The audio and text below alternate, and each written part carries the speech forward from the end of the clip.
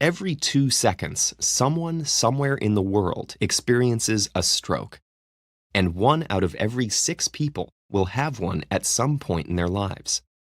Strokes deprive brain cells of oxygen and are one of the most common causes of death and a leading cause of preventable disability. When someone experiences a stroke, quick medical care is critical and can often help avoid permanent brain damage. But what causes strokes in the first place, and what can doctors do to treat them? The brain makes up just 2% of your body's mass, but consumes more than 20% of the oxygen in your blood. That oxygen is carried to the brain through a system of arteries. Carotid arteries supply the front of the brain, and vertebral arteries supply the back.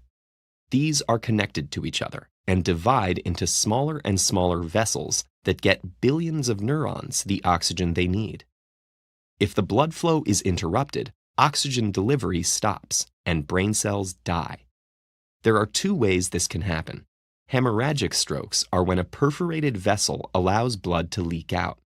But the more common type is the ischemic stroke, when a clot blocks a vessel and brings blood flow to a halt. Where do these clots come from? On rare occasions, a sudden change in heart rhythm prevents the upper chambers of the heart from contracting normally. This slows down blood flow, allowing platelets, clotting factors, and fibrin to stick together.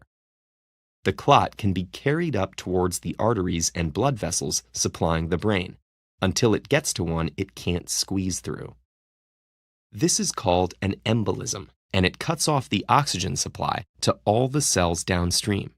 The brain doesn't have pain receptors, so you can't feel the blockage itself.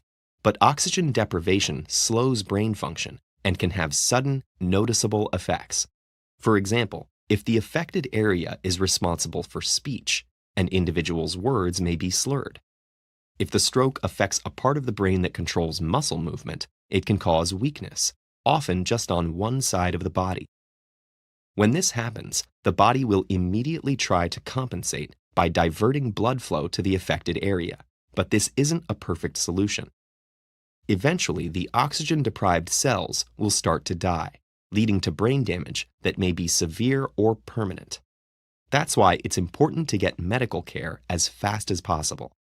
The first line of treatment is an intravenous medication called tissue plasminogen activator, which can break up the blood clot and allow blood to flow again in the compromised artery.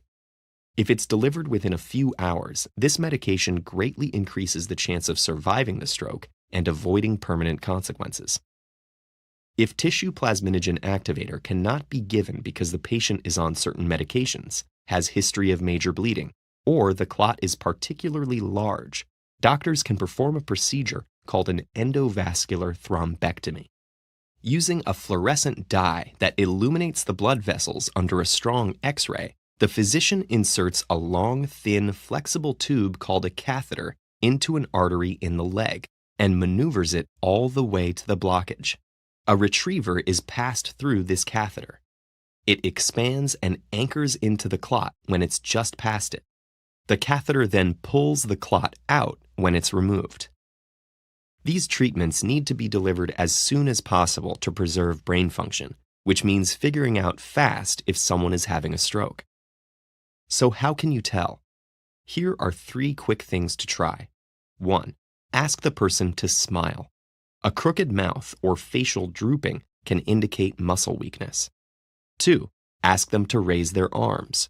If one drifts downward, that arm weakness is also a sign of a stroke. 3. Ask them to repeat a simple word or phrase. If their speech sounds slurred or strange, it could mean that the language area of their brain is oxygen deprived. This is sometimes called the FAST test, and the T stands for time. If you see any of those signs, call emergency services right away. Lives may depend on it.